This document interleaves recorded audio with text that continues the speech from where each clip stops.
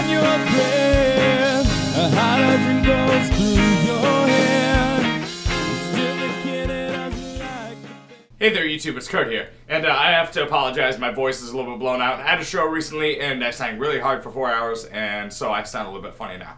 And I also had a little bit of a sore throat, so it kind of made things worse. But anyway, today I'm here to talk about how to get the right amount of money for your band. Music is an area of work in which people tend to get ripped off more than any other profession. People that play music also oppress the system, don't get me wrong. I mean, people that are like Metallica, they obviously oppress the system and take advantage of the consumer.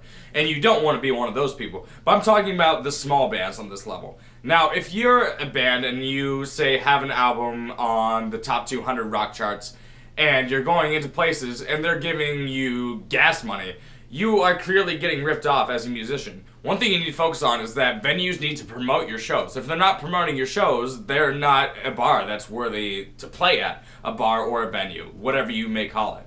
A bad business owner will be a business owner that doesn't want to get people in and doesn't want people to get in and drink their drinks. That's the whole point of having a business. Now, if people come to your shows and they're getting giant rings, like $1,500 rings at least, and they're giving you like $200, they are also clearly ripping you off. A general rule of thumb to remember is that at each bar, about a third of the total ring for the night is that bar's profit. So, as musicians, as the people that draw the people out there for entertainment, you deserve a share of that cut, a fair share of that cut, especially when people have come to see you and they're drinking the beer of the venue. That is utterly important to remember. Now, this is where bar owners can take advantage of you. Some of them are honest, some of them won't help you out by at least telling you how they did on the night.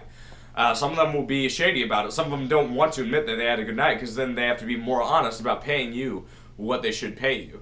And again, some musicians can be terrible at this because they don't understand the 1/3 rule, because there is a lot of expenses when it comes to keeping the lights on, keeping the place employed, and yeah, just all the general things that come with being a bar, and the licensure and things like that. So, at the end of the night, musicians might have a big eye, and a lot of them don't have business minds. They don't understand it. It's okay to have a passion, but if you're a complete idiot who's going to get ripped off, your passion is going to die very quickly because you're going to keep spending your time working a full-time job at McDonald's and not being able to write any material because you don't know how to run a business. I cannot emphasize that enough.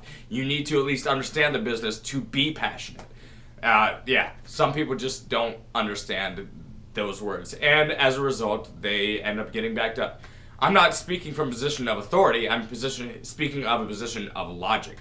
Like, if I had to work full time, I couldn't devote as much time as I wanted to music and still have a decent life.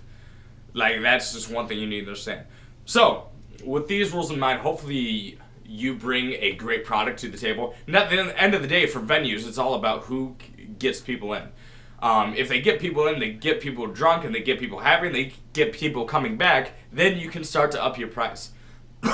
So if you're a respected musicians as a band, know what you're worth. Just know what you're worth. Start kind of small, but be firm, and then once you know what you can draw, then that's what you know you can charge venues. And then at some point or another, if they have to charge a cover charge, that's their problem. That's not your problem. Because at the end of the day, you want to be a musician, and you want to do it for a living, if you're passionate. So, that's all I got. I hope you guys enjoy the video. If you have any questions, comments, leave them in the comment section. If you like this video, share it. But that's all I got, so I'll be back later. Thanks, guys. A cigarette is on your breath. A hydrogen goes through your